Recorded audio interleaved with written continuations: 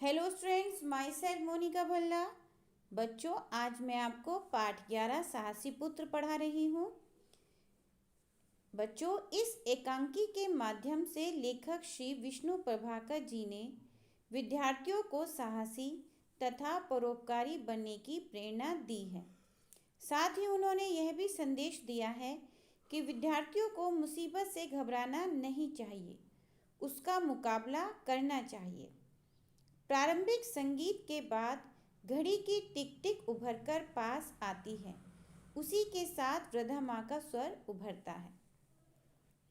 माँ, क्या बच गया मधु? तेरे दोनों भाइयों में से कोई भी तो नहीं आया? मधु, यही तो देख रही हूँ माँ। लो, कुलदीप तो भागता हुआ आ रहा है। माँ, तुमने सुना है वहाँ बहुत बुरी हालत है? किसकी बुरी हालत है? तू अब तक कहाँ था? माँ, बड़े जोर से तूफान आया है, नदियों में बाढ़ आ गई। मास्टर जी ने बताया कि गांव के गांव बह गए, सैकड़ों आदमी मर गए, चारों तरफ हाहाकार मच रहा है। वे कहते हैं हम लोगों को उनकी मदद करनी चाहिए। तू तो बेटा एक सांस में इतनी बात कह गया कि मेरी कुछ भी समझ में नहीं आया। चर्चा तो हमारे स्कूल में भी हो रही थी, परंतु इतना नुकसान हुआ है यह किसी को पता नहीं। अभी तो और भी नुकसान होने वाला है, इसलिए यह हुक्म हुआ है कि जो कुछ भी कर सके तुरंत करे।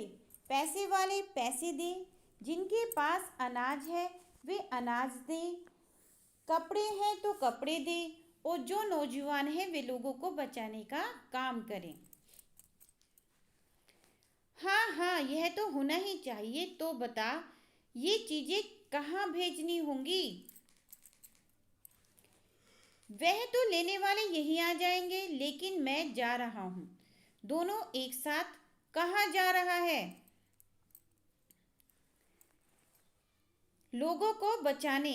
माँ हंसकर, रहने दे बेटा, तेरे विचार बहुत अच्छे हैं, लेकिन तू इतना छोटा है कि वे लोग तुझे ही बचाने की परेशानी में पड़ जाएंगे।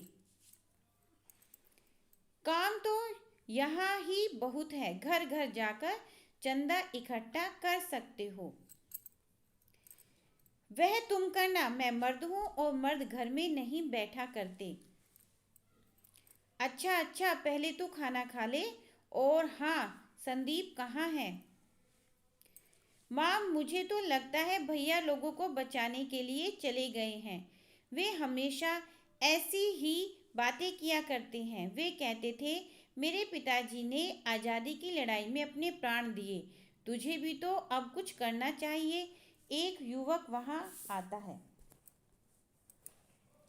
शायद संदीप का घर यही है ना? वह बाढ़ पीड़ित लोगों की सहायता करने के लिए चला गया है। मैं यही बताने आया था, आप चिंता न करें। सुनो तो बेटा, कितनी देर हो गई उसको गए? वे तो सुबह ही चले गए थे। मैं आपको जल्दी खबर नहीं दे सका, मैं भी वहीं जा रहा हूँ। मैं जानती थी यह सब सुनकर भैया रुक नहीं सकते थे, लेकिन मुझे तो अब रुकना पड़ेगा। भैया बहुत बुरे हैं, हर काम में आगे रहते हैं।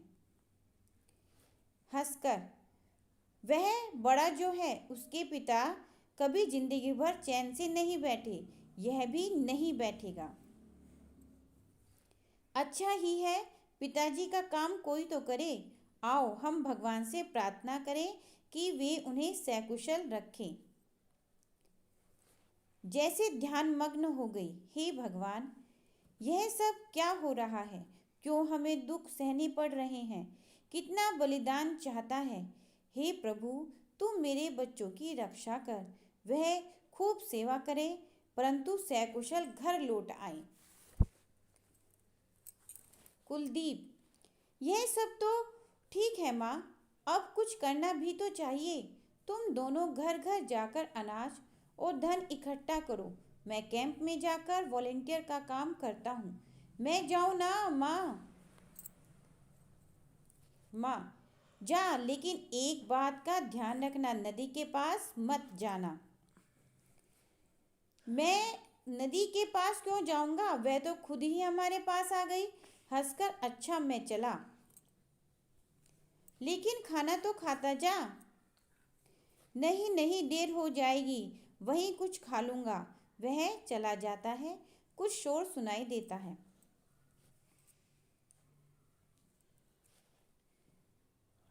मधु, देखो देखो माँ, कितने लोग इधर ही चले आ रहे हैं। वह देखो, ट्रक भी है। ऐसा लगता है वे बाढ़ पीड़ित गांवों से लोगों को निकाल कर ला रहे हैं। क्यों माँ, एक परिवार को तो हम भी अपने घर में रख सकते हैं। माँ, क्या ही अच्छा हो यदि सभी ऐसा कर सके। फिर तो बहुत सी समस्याएं यूं ही खत्म हो जाएंगी। मुझे खुशी है कि मेरे दोनों बेटे सेवा कार्य में लग गए। भगवान उनकी रक्षा करे। मधु, जो दूसरों की रक्षा करते हैं भगवान उनकी रक्षा करते हैं। एक गाड़ी वहां आकर रुकती है। एक युवती पास आती है। युवती, क्या संदीप जी का मकान यही है? जी हाँ। माँ, एकदम। क्या बात है बेटी, संदीप कहाँ है? कैसा है? शायद आप उनकी माँ हैं, चिंता न कीजिए, कोई विशेष बात नहीं है। लेकिन आप हैं कौन? मैं सेवा दल की सदस्य हूँ। वहाँ मेरे और भी साथी खड़े हैं। हम सब लोग बाढ़ पीड़ितों की सहायता के लिए आए हैं। संदीप जी ने वहाँ बहुत काम किया। प्राणों की चिंता किए बिना सैकड़ों लोगों को बचाया। उनका साहस देखकर सभी लोग दंग रह गए। उन्होंने जरा भी आराम नहीं किया। लेकिन अचानक एक साथ क्या हुआ? बोलती क्यों नहीं? जल्दी बताओ, क्या हुआ? आप घबराइए नहीं। लोगों को बचाते बचाते उनकी नाव उलट गई, परंतु उन्हें तो तैरना आता था। उन्होंने वहां भी लोगों की मदद की। जब तक सब लोगों को दूसरी नाव में न चढ़ा दिया गया, तब तक वे नहीं चढ़े। लेकिन जैसे ही चढ़ने लगे, सहसा पानी का एक जोरदार रेला आया। वे बह गए। माँ चीख कर, हाय राम! युवती, नहीं नहीं, परेशान न होइए, दूसरे लोगों ने उन्हें बचा लिया। कठिन परिश्रम के कारण वे बेहोश हो गए हैं। मेरे साथ आइए, उन्हें अंदर ले आए। दवा दे दी है, जल्दी ही उन्हें होश आ जाएगा। मधु, चलो चलो, तेजी से बाहर जाते हैं, फिर अंदर आते हैं। युवक, हाँ, ऐसे इन्हें यहाँ लिटा दीजिए। डॉक्टर ने इंजेक्शन लगा दिया है। आपका बेटा बहुत बहादुर है, देखिए उन्हें होश आ रहा है। तभी कुलदीप वहाँ आता है। कुलदीप, माँ माँ, मैंने सुना है। अरे ये तो भैया है, इन्हें क्या हुआ? मधु, बाढ़ पीड़ितों को बचाते बचाते ये नदी में गिर गए थे। लो, इन्होंने आंखें खोल दी। संदीप बहुत धीमा स्वर, मैं कहाँ हूँ? युवक, तुम अपने घर में हो। ये तुम्हारी माँ है, बहन है, भाई है। संदीप, मुझे तो इतना याद है जैसे मैं अथाह जल में डूब रहा हूँ और फिर कोई अंतरिक्ष में से आकर मुझे बचा रहा है। वे शायद तुम थे। युवक, संदीप बाबू, आप बोलिए नहीं, आज आराम कीजिए, अभी आपको बहुत काम करना है। संदीप, बहुत अच्छा डॉक्टर, आपकी आज्ञा का पालन होगा। सब हंसते हैं। युवती, अच्छा, अब हमें आज्ञा दीजिए। माँ, ऐसे नहीं, चाय बन रही है, पीकर जाओ।